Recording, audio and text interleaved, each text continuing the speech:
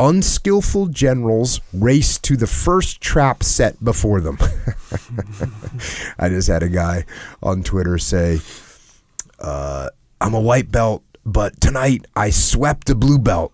It wasn't really that good, though, because he arm locked me quickly thereafter. And I was like, you didn't sweep him.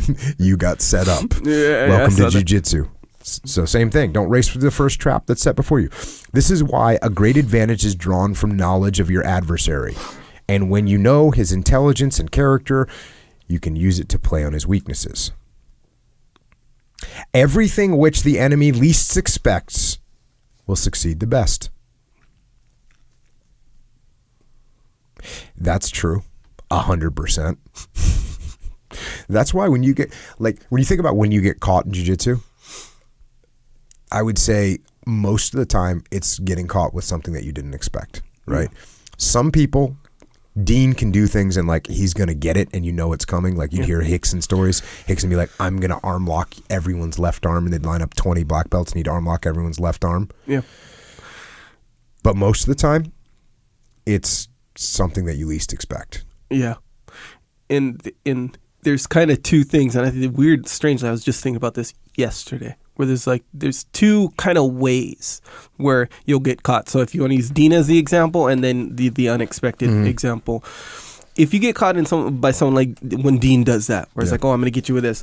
What he does is the equivalent of, let's say, like, I don't know. And he might not literally say that, but you know it's coming. I mean, I do this to you, right? Where you're like, oh, he's about to Kimura me. Yeah. Like, you know it's coming. Yeah. Yeah. So that's the situation that we're talking about. Yes. Example one. Yes. So it's like, okay, if you're on the battlefield or whatever, you have a defense here, a defensive position there, a defensive position there, a defensive position there, and they're all protecting ultimately, like one guy's protecting this guy's protecting this guy and this guy, kind of thing. So it's like, you can't get to this guy without going through this situation, right?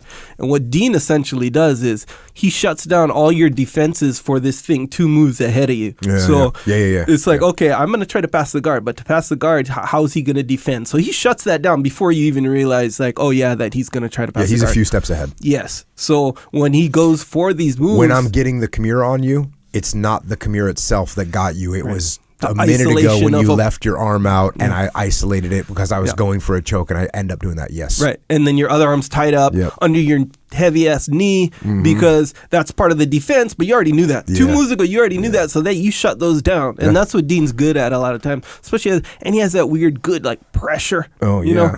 So if your arm is like isolated, since you don't really detect like immediate threat, you're like, dang, my arm's stuck, but hey, it's kind of okay for right now. I'll deal with it later. But here's the thing. No, you're not going to deal with it later. He just took care of that big defense that you're going to need, by the way. Gone. And it's gone. And then by the time he gets there. You don't even know that you need it yet in 20 seconds in the future.